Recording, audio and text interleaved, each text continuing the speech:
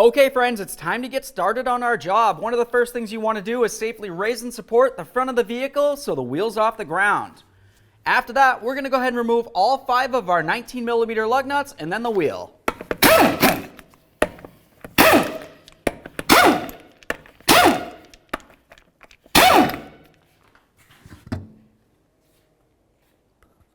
Alright, with the wheel out of there, we have a nice close look of our front sway bar link. Typically when you do these, you're going to want to do them as a pair. With that said, to be able to remove the sway bar link, you're essentially going to want to hold the nut right up along the top right here with a 14mm wrench. Follow that all the way down underneath the lower control arm and you'll find a 15mm headed bolt. That bolt goes all the way up through that nut.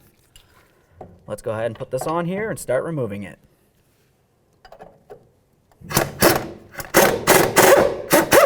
After that, you can take off your top bushing. Now, once you had the nut and top washer off of there, you'd grab onto that top bushing. And then you can make your way underneath again. We're going to grab from the very bottom and start pulling out the entire shaft or the bolt. There's that. Now you can separate everything from in between the center. Now, once it's out of there, it's a good idea to clean and inspect both holes. You have the one for the sway bar right here. And then, of course, the one inside the control arm. Swipe them down, make sure you don't see any cracks or any damage that might look like it needs to be replaced as well. Now let's go ahead and take apart our brand new sway bar link. Pay attention to the way that it's set up. This is essentially the exact way that it's going to be inside the vehicle. It's going to be coming through from the bottom, going straight up, and then the nut will be along the top. Get that nut off of there. And then our washer, one of our bushings. The other bushing. There we are. We have a spacer.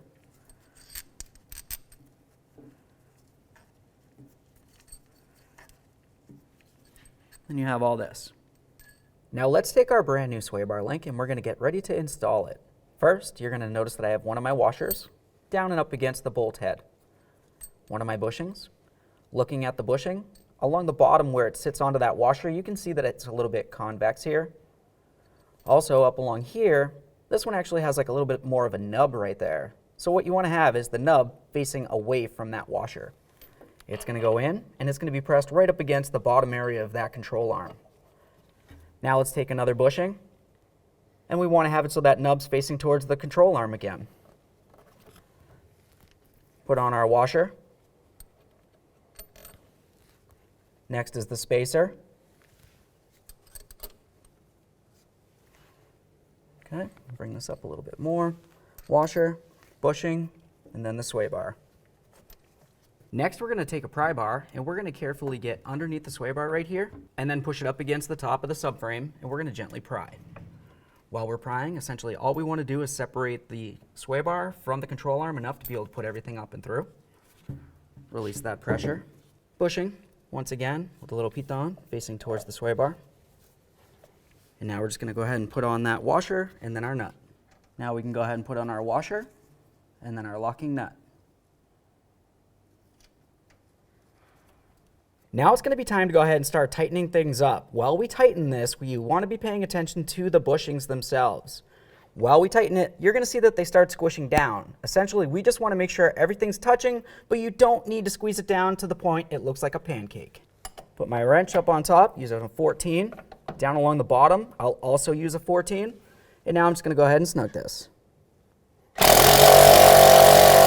Now looking up here, you can tell that I didn't continue tightening it to the point that it would have completely bottomed out. It's squished down along here, here, and of course the other bushings as well.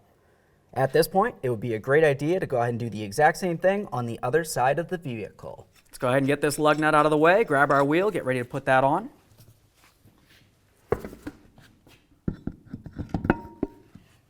Now let's go ahead and start on all 5 of our lug nuts. We'll bottom them out, get the wheel back on the ground, and then we'll torque each of them to 100 foot-pounds.